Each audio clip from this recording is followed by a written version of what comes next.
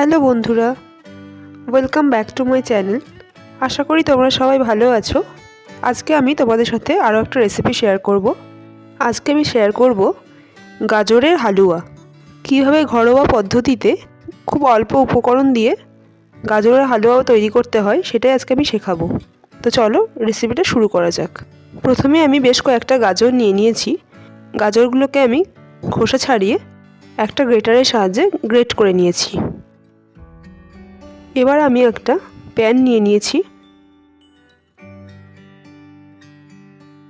2 চামচ ঘি দিয়ে দিচ্ছি। ঘিটা গলে গেলে ওর মধ্যে দিয়ে দিচ্ছি 2টো থেতো করা এলাচ। তারপরেই দিয়ে দিচ্ছি গ্রেট করে রাখা গাজরটা। এবার গাজরটাকে ঘিয়ের সাথে খুব ভালো করে ভেজে নিতে হবে।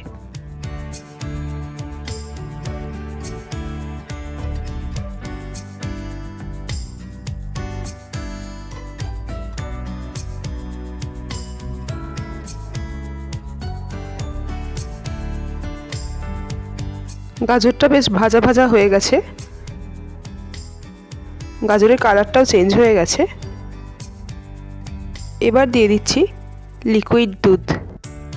এই দুধটাকে আমি ঘন করিনি, নর্মাল গরুর দুধ, জাল দিয়েই দিয়ে দিচ্ছি ডাইরেক্ট।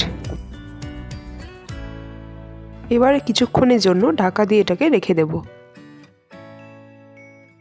মাঝখানে আমি একবার ঢাকাটাকে খুলে অল্প একটু অরেঞ্জ ফুড কালার মিশিয়ে দিয়েছি, যাতে করে রঙটা ভালো আসে। এটা টোটালি অপশনাল। ঢাকা দিয়ে কিছুক্ষণ রেখে দেব গাজরটা সেদ্ধ হওয়ার জন্য। কিছুক্ষণ পর ঢাকা খুলে নিচ্ছি, ভালো করে মিশিয়ে দিচ্ছি। গাজরটা অনেকটাই সেদ্ধ হয়ে গেছে। এবার ওর মধ্যে আমি অ্যাড করে দিচ্ছি গুঁড়ো দুধ।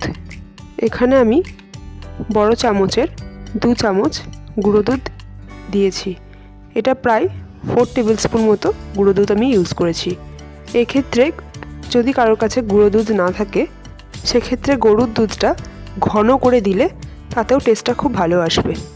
এবার সবটাকে খুব ভালো করে মিশিয়ে নিচ্ছি। কিছুক্ষণ পর দিয়ে দিচ্ছি চিনি। এখানে আমি 4 চামচ চিনি ইউজ করেছি। তো এটা সবাই অবশ্যই নিজেদের মিষ্টি বুঝে দেবে।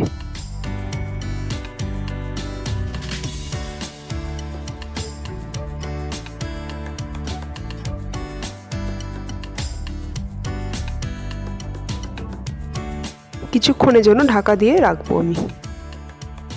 হালুয়াটা একদম শুকিয়ে এসছে। হালুয়াটা আমার একদম তৈরি হয়ে এসছে। আমি আরও 1 চামচ ঘি দিয়ে দিচ্ছি। ভালো করে নেড়ে চেড়ে আমি মিশিয়ে নিচ্ছি। গাজরের হালুয়াটা এইভাবে একবার বানিয়ে দেখো, আশা করি সবার খুব ভালো লাগবে। আমার আজকের এই রেসিপিটা তোমাদের কেমন লাগলো অবশ্যই কমেন্ট করে জানিও। ভালো লাগলে লাইক ও শেয়ার করে দিও।